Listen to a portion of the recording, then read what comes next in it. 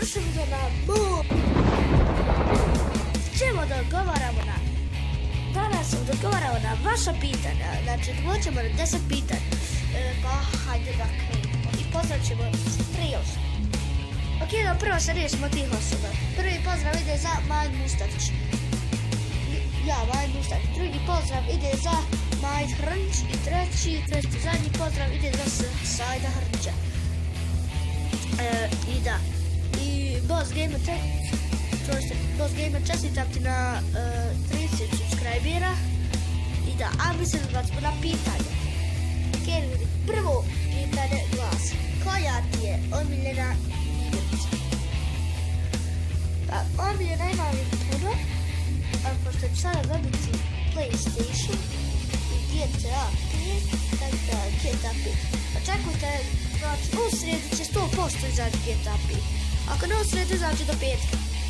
Eto, igrat ćemo hejstove sa Boss Gamerom i svašta. Evo pitanje broj, evo 5. Evo pitanje broj 2. Ok, ljudi, drugo pitanje glasi: šta bi uradio sa milijardu eura? Pa... Kao prvo sam zemlji bil. Kao drugo sam, znači PlayStation, najnoviji. Uzeo bi sam najbolji televizor, to i ostali tjerao manje od milijardu.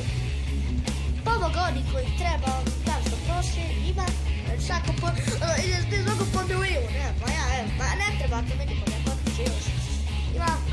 Ima čovjek, znači čovjek ima jednu sobu, znači spratu, skupine komplet kuća, sve pare tu, znači čovjek ne zna gdje su parve. Evo pitanje broj 3. Ok, ljudi, treće pitanje glasi: da li smiješ pokazati svoju frizuru? Smije. Evo. I nemojte pitati zašto sada stavljam kačak kad smijem. Jer se ja pokvar.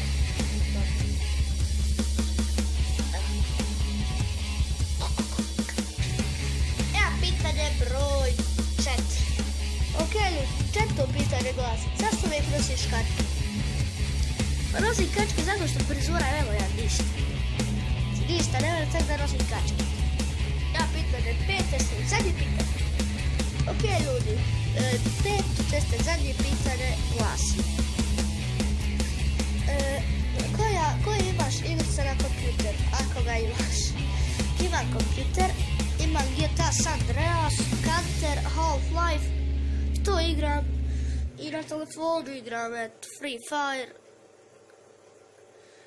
Geometry Dash i neka Minecraft. I da. Ništa li, to bilo to s tiče epizode. Ako ste podržite preko 15 lajkova, a mislim u sljedećim epizodama. A do tada pozdrav.